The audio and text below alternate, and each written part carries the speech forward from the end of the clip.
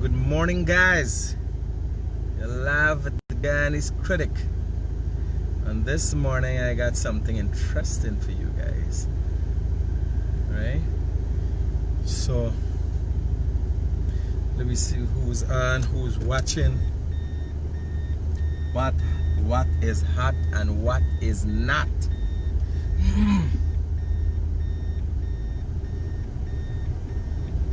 6 people watching. Yeah, I want to miss y'all whole life. Is it really all up on the time? We all there, all wake up yet? So this is just parts of the community of AISHALTON. Look at this. Look at these beautiful clay and thatch roof houses. See though? Now, AISHALTON is a community in the deep south RUPUNNUNI, and it's considered to be a hub. You have a lot of sparsely spread out communities, where it's called satellite communities of different communities, and you got little areas all across the south RUPUNNUNI. And this AISHALTON now is a hub where most of these communities will be passing through. AISHALTON is an estimated, with a constant pace about 60 to 70 kilometers per hour through bad road, is estimated 4 hours drive from Lethem. So you get an idea where we are. But what I really want to show you is this beautiful community. And we got something interesting. I have a guide, Eustace, right? Eustace, is it? Eustace. I got a guide with me, and I got some rail. Once we signal is constant, you can't go wrong. So this is the first time many in Guyana will be looking or seeing, or the world will be seeing AISHALTON from this perspective. Everybody heard, a lot of people might have heard about AISHALTON and so on, but it's a Amerindian community in the deep south RUPUNNUNI. First thing I must tell you, it is an ideal place for people to come and visit and see and so on. But AISHALTON itself right now is on lockdown. The Tushao, who is the leader for the community, gave us an opportunity to come in. So you can have visitors. AISHALTON is on lockdown because of COVID-19. AISHALTON has not had one registered case of COVID. Not one. So far, because of the kind of restrictions they have implemented, and they're doing well, with that. So I want to show you, this is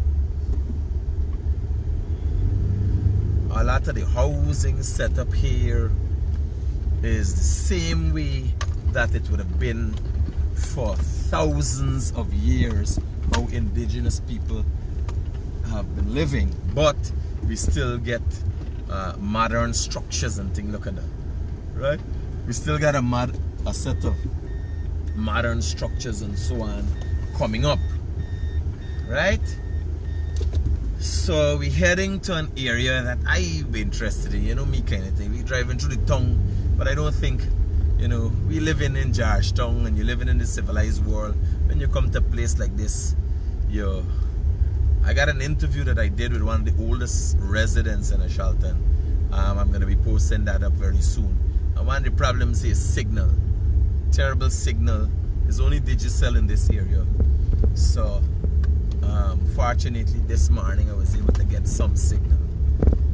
Right? So there's a police station.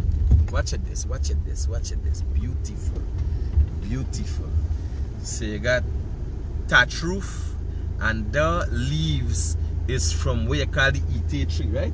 So those leaves, y'all remember Ite, where we just take the pointer from the Ite, the fat pointer, and make kite?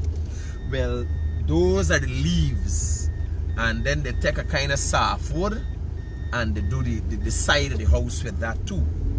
Right? Well, like, look, you gotta decide they got a concrete house and thing, but me not too interested in them kind of thing because let me show you these clay bricks here on this house. Got some clay bricks, and those clay bricks are made and baked in this area, right? You see them clay bricks there? Is baked. You take clay mud and you put it into a mold, and then you take it out and pack it, and they make a big bonfire, make a set of clay bricks at the same time. Now that thing is made, these things are made and have been made that way for thousands of years by indigenous peoples, right? So I know me by Shumon gonna like them kind of thing, this kind of thing here. So, and I know he's in Canada with the family, but I'm hoping that he comes back deputy speaker now, and better serve his communities and his indigenous peoples, right? So we heading to something that I really got an interest in showing you guys. You know me, what I like and what I find really interesting about it. So there's a police station, there's a health center, hospital, everything. I met the doctor last night. And there's so much interesting things in these communities. This is, and this is a biking area. I'm hoping that in the near future we could lead a bikers trip across the South Rupununni. This is Radio AISHALTON. And this the government radio station, community radio station affiliated with NC, and this Radio AISHALTON.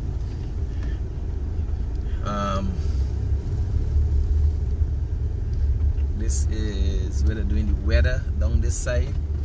This setup in this yard here. And I see some weeding and thing going on. This look like everybody from the community is doing these jobs.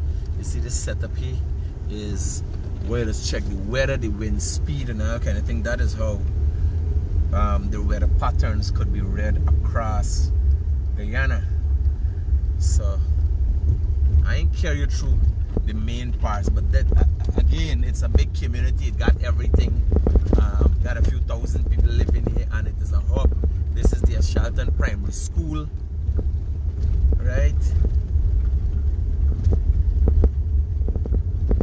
And are they on the right track? Oh yeah, guys, I've been here yesterday. So I want to take you guys and show you some real interesting things that some of which we saw yesterday, but today I got someone who has a very good understanding of this stuff.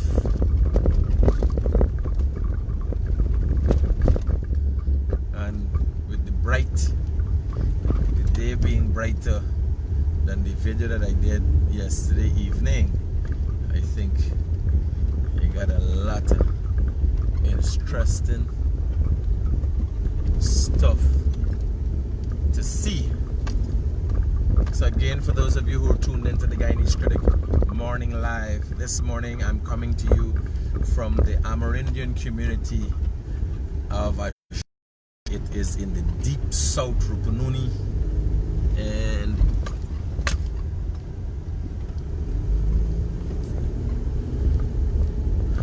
it is a hub for a lot, or most of the Amerindian communities around here. You got mining communities, and I'm hoping,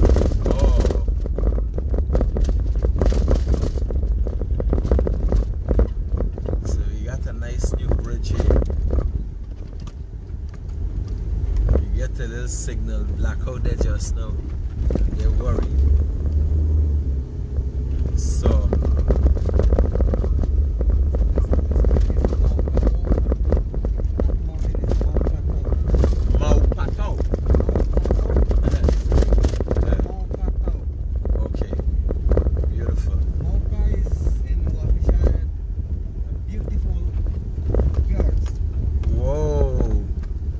in Wapishana language, Mauka. Beautiful girl, okay. So them two sisters is right. You see the big boulders with the on top? It's them. So there's a story behind it. Oh, so the story behind two of the rocks on this mountain that you're approaching is that they're two sisters, beautiful sisters.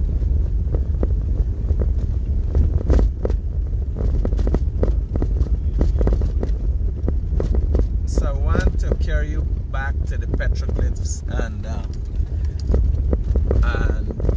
we have somebody who has a good understanding and will be able to explain to some extent, go into a little more detail for you guys. And I'm hoping the community find it. Welcome to AISHALTON Petroglyphs. Take through it, Raja. So this is how we got here. But I'm hoping the community in the future will see persons using this as you know, tourism opportunities. Very much so. I'm thinking people travel across the world, and these petroglyphs have been dated back some 7,000 years. You're gonna hear stories about them. And the petroglyphs is actually writings on rocks, and I saw this the first time I saw this and had this experience is in the Essequibo River, where where you cross in the Kurupukari area, Amerindian community called Fairfield, right? Fairview. So I first experienced these writing on rocks, and I want to take you and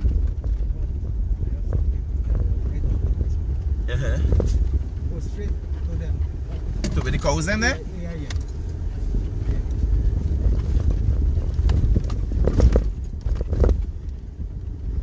Wow. Straight. With this big rock there.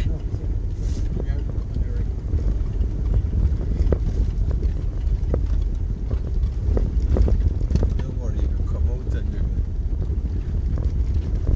Just stop right there. Just stop.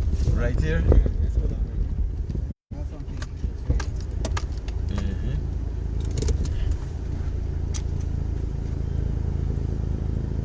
Let me come out. Yeah. Okay, well, so I'll come out. Lock the door. So.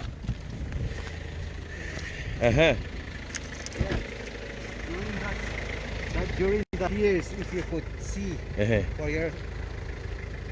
there's a rocks line up through here.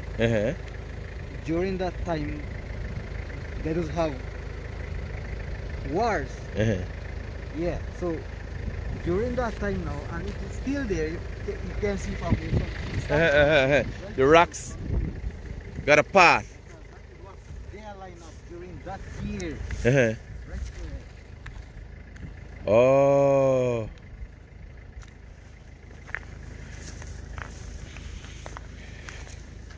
So this has always been untouched? This is the same rock path left here like this? Yeah. That is what they put during that time when they were here. Wow. Beautiful. So you're saying there's a yes. Okay, now I'm seeing it. So there's a path, a kind of rock path on the ground. Yes, I'm seeing it. So rocks are all over, but there's a path here, right? During that year, this rock what they put there is like when I come here, I collect my rock. This is me. That is how it symbolizes. So that's the symbol. Everybody who came to this path would have left a rock. Rock. And Another one come, Okay. So Beautiful. Beautiful. And there's a, you see this big boulder? let me see if I can zoom in. If Yeah. you could go, there's a, I don't know if they still have line going up. There's another cave, and down opposite a big rock, there's another deep cave. You have to use light though to go in. To go in and see the caves. There's another one behind. You could go there. You don't need light. Beautiful. And imagine just standing here. I wonder what would have been going through our ancestors' mind, you know, standing here and looking at this magnificent sight. You know, what were they thinking? Were they thinking like the conquerors, we own this land? Were they thinking, well, we're a part of this land? What were our indigenous brothers, the ancestors of our indigenous brothers, thinking? What was where did these ideas come from? Were they motivated by religion? Were the intentions to leave some special message for us? All these things run through my mind as I stand and look, because you see the rocks all about the place. But if you, as he said, there's a rock formation, and since you're a little kid, you know this, and you've been told by the elders and so on, this was here before. Beautiful, beautiful, amazing. And these, we see these the trees that you're seeing there, that looking the trees that you're seeing here, tall trees right away through, this is the Ite tree, and that is the branches from Ite tree is mostly in the savanna area, but those are the branches that are used for roofing in Amerindian communities. You know, really, really interesting. So let's what I'm gonna do is just back out nice and slow to leave this place in its pristine form. Nice and slow. Yeah, I've seen the rock formation.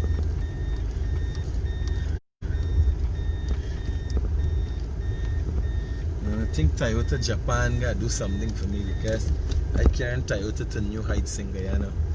So they're supposed to present me with a new 4Runner. That would be a wise thing to do. You see the blue, the forest, pristine forest from the starting. So this area here? You see the looking like a blue, right? Across. So there's forest areas that nobody has ever touched. No. We are like, you could name all them names to the. Wow, beautiful. We have Harpy Eagle nearby, like from here, 11, 12 miles. 12 miles from here, you could find the Harpy Eagles. Beautiful. Beautiful. Alright, let me. So I want to show you guys some markings, and it dawned upon me, you know. First thing is, I was wondering if our ancestors would have known that these markings would last this long. You know, did they know that these markings were gonna last thousands of years? And some of these markings are dated back 7,000 years. You know, slavery was 500 years ago, 400 years ago. There were people here, civilization, you gotta say, because people were writing, they were communicating, they were leaving messages 7,000 years ago, right? So if we don't know where we come from, we will be very much the lost people, right? It's very important as a people, Guyanese, you know, we need to develop our culture. This is like, you know, they got mining and you meet people that got shop and you got all these things going on. And the world would love to come here and find out where we, and again, it's not about Guyanese. It's not Guyanese relatively, the term Guyanese is a relatively new term in this area that we're in. We are in a territory from a time that we can't even fathom. We are still trying, in the day and age of technology, we are still trying to figure out who wrote on these rocks, what they used to write on these rocks, what would afford the opportunity, what material will afford us the opportunity to be able to have markings last 7,000 years. We can't, you know, even figure out how these rocks came to be here. This is massive sandy clay land and just rocks protruding out of the ground. These are things that we need to know. The world could come and figure out, well, there are signs in Guyana of early life, you know, humanity. So coming and studying the petroglyphs and being exposed to these kind of things is not only about Guyanese. It's Guyanese, using Guyanese term, the term Guyanese when you're here is relatively new. What you gotta realize in studying this and understanding what we have in our presence is understanding where humanity came from, how we come to be. So that is what interests me. That is what has me here. Not only promoting, you know, Guyana and showing the world Guyana, the amazing country that I am a part of, or is born from, but understanding. This here is understanding humanity itself, where we as human beings came from. How did languages start? You know, there's a lot can be learned from this, and I think a lot more has to be studied. Where the alligator there? So yes, we got the alligator here. We got some more on the other side. So let me show y'all this one here. Any story behind this thing? This alligator?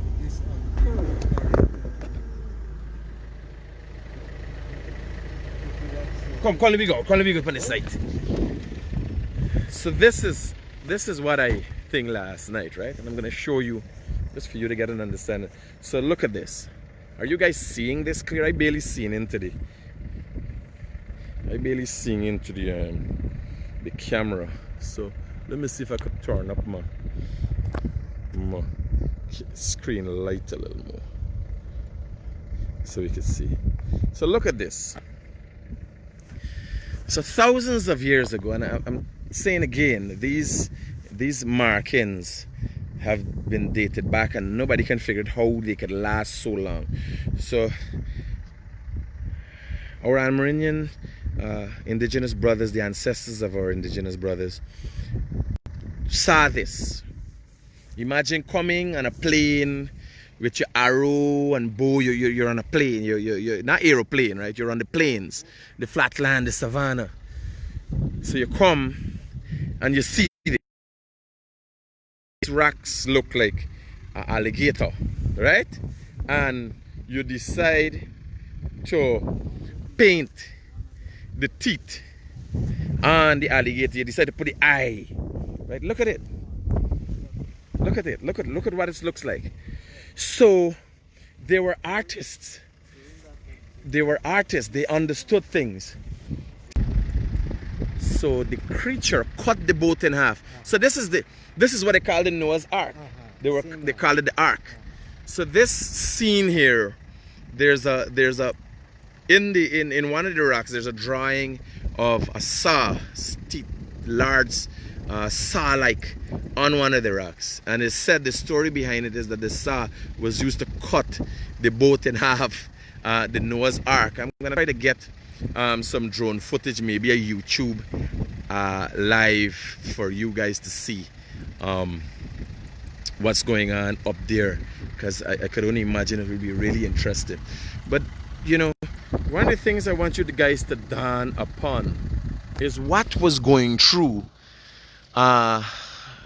You know, you're coming across these great plains, and you come through the jungle, and then you come to this spot. Like I am here, and I'm looking at this, and I'm amazed at what I'm seeing. So imagine I didn't have these writings on these rocks. And I'm here, and I went through certain savannas and areas that I saw alligator and this, and then I came a primitive man. I got my arrow and my bow, a hunting. I ain't got no TV, I ain't got no video game, I ain't got no internet. Why does do for fun? What did I do for fun at that time? So there's a next rock here that we did the interview with the guy yesterday. Let me see where it is. This back that way. Right? So imagine you're on this plane, an Amerindian, maybe the Arawaks, the Caribs. This area is inhabited now by the Wapishana, right? Wapishana mostly. And I was being told a story yesterday of how there was a war between Amerindian tribes, and how the Wapishanas came here. And I'm thinking I gotta put more time into sitting with my indigenous brothers, my Amerindian brothers, and understanding you know, the stories and the origins of these peoples, because a lot of times we don't understand where we have come from, we being a very young people. My ancestors would have come, my father's ancestors would have come here as slaves. My mother's ancestors would have come here as indigenous, indentured laborers, being of Portuguese and African origin. My father is black, my mother is Portuguese. So I am, you know, from dual worlds. But my history, you know, Portuguese history, African history has been written to some extent, and we knew, you hear stories of Africa, you hear stories of Europe and what the world is about. But when you come and, you know, you're me being a tongue guy, just adventurous, like going across this country, but you know, being a tongue man, you come and you see things like this, you wonder what was going through the people's minds at the time. You understand? What would they have known? Did they want to leave a message for us in the writings on these rocks? And I'm no archaeologist, but I can tell you, it has me wondering. We got anything more down at the back we could look at? There we go. Right? So I'm